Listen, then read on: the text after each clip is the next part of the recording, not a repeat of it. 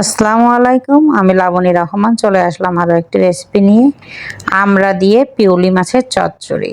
চলুন শুরু করা যাক। প্রথমে আমি ছোট্ট একটা আলু আর পিওলি মাছ, পেঁয়াজ, কাঁচামরিচ দিয়ে দিয়েছি। হলুদের গুঁড়া,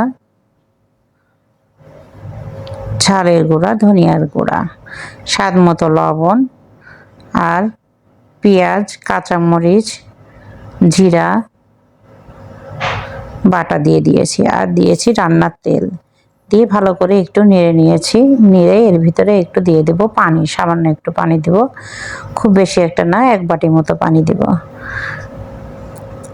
নেড়ে দেব একটু ভালো করে চামচ দিয়ে, নেড়ে আমি বসিয়ে দিব।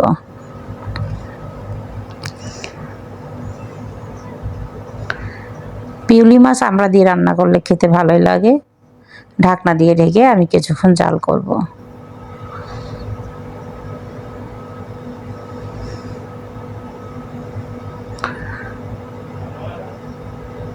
দিয়ে দিলাম কুচি করে আমড়া রাখা। আমড়াগুলো দেওয়ার পরে ধনিয়া পাতা দিয়ে দিলাম উপর দিয়ে, দিয়ে ভালো করে চামচ দিয়ে চেপে চেপে দিয়ে ঢাকনা দিয়ে আবার কিছুক্ষণ জাল করব। আমড়া আর পিওলি মাছ রান্না খুব বেশি একটা সময় লাগে না, অল্প সময়ে হয়ে যায়। দেখুন ঝোল প্রায় শুকিয়ে এসেছে, একদম চচ্চড়ির মতো করে ফেলবো, আমড়া চচ্চড়ি যাকে বলে।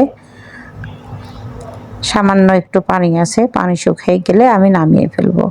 উপরে তেল উঠেছে, হয়ে গিয়েছে আমার আমড়া দিয়ে পিওলি মাছের চচ্চড়ি। খেতে অনেক সুস্বাদু। আপনারা গরম গরম ভাতের সাথে পিওলি মাছ আমড়া দিয়ে চচ্চড়ি পরিবেশন করুন।